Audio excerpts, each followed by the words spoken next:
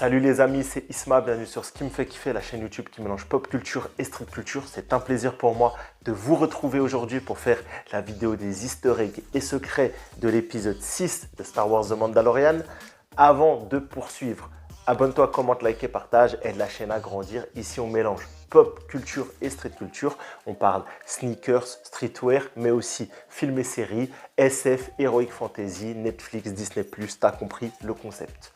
Voilà les amis, on va en venir à l'autre information clé. Ce soir 21h comme tous les vendredis dans la meilleure des compagnies avec l'équipe de choc pour débriefer l'épisode de Star Wars. Je vous invite à être présent avec nous. Donc Zino, ça sera sur sa chaîne avec Stirka, le poteau Stirka, voilà, qui a une chaîne YouTube également où il parle de Star Wars.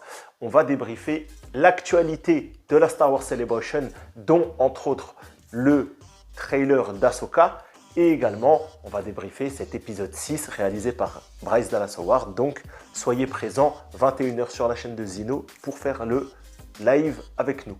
Bon, maintenant on va un peu parler de cet épisode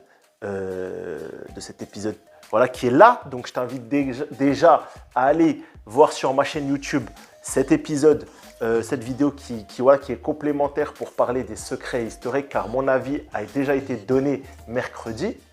Et là, on est plus là pour faire un point sur les easter eggs et secrets. Et il y en a beaucoup. Alors, des secrets, j'en ai pas trouvé tant que ça. Des easter eggs, qu'est-ce qu'on peut dire déjà?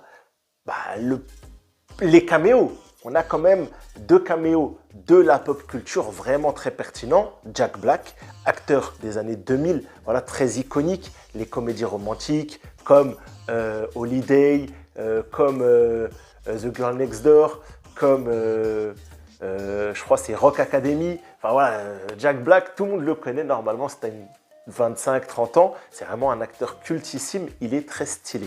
Et le deuxième caméo, c'est bien évidemment Christopher Lloyd. Alors, je ne l'ai pas reconnu tout de suite dans ma review, mais c'est pas parce que je ne connais pas bien sûr Christopher Lloyd, parce que comme, bon, je le répète, j'aime pas le répéter, mais moi je suis malvoyant, des fois j'ai du mal à discerner certains détails, dont les traits du visage. Et là, c'est vrai que, alors, ça me disait quelque chose, mais Christopher Lloyd, donc le docteur Brown, Emmett Brown, Doc, voilà, et ça, DeLorean, je kiffe cette saga de films.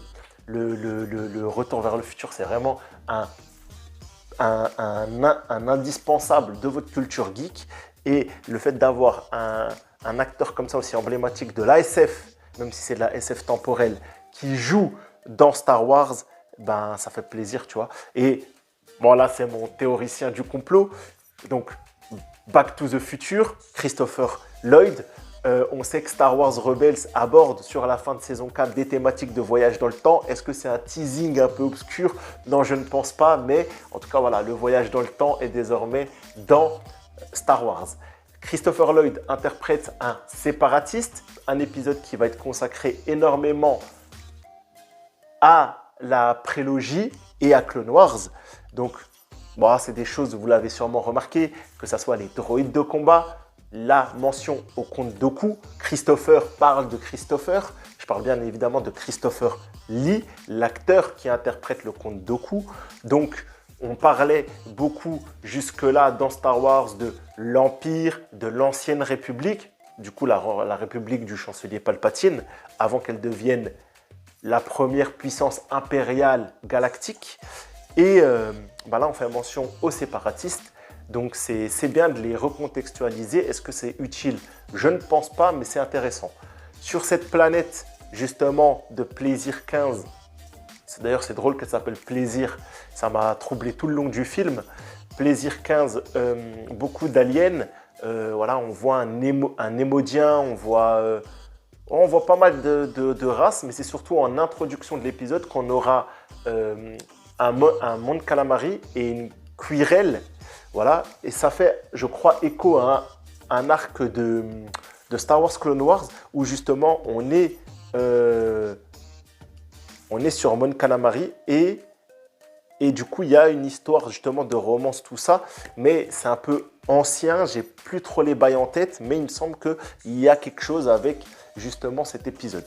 Bon, en tout tout cas, ça nous fait également penser bien évidemment au général, à l'amiral Akbar ou à Clone Wars, comme j'ai dit, avec les Mon Cala, avec Akbar quand il est plus jeune, quand il est capitaine et tout ça, et que son fils, et que le fils du roi essaye de reconquérir le trône, et que Padmé et Anakin, ils sont même dans cette bulle, tout ça, voilà, de ce genre de scaphandre un peu futuriste. Bon, c'est pas...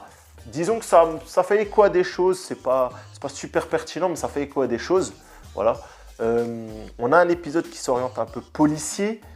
Bon, à ce niveau-là, je ne peux pas non plus dire que c'est vraiment des refs à quelque chose. Le style policier dans Star Wars, à part faire écho un peu à l'enquête que mènent Anakin et Obi-Wan pour retrouver Django dans l'attaque des clones, sinon c'est un peu tout. Voilà, pas beaucoup de secrets, pas beaucoup d'historiques, en tout cas rien qui m'a vraiment transcendé. Mais l'épisode était bien. Mon avis, bien évidemment, complet dans la vidéo de mercredi. Allez la voir.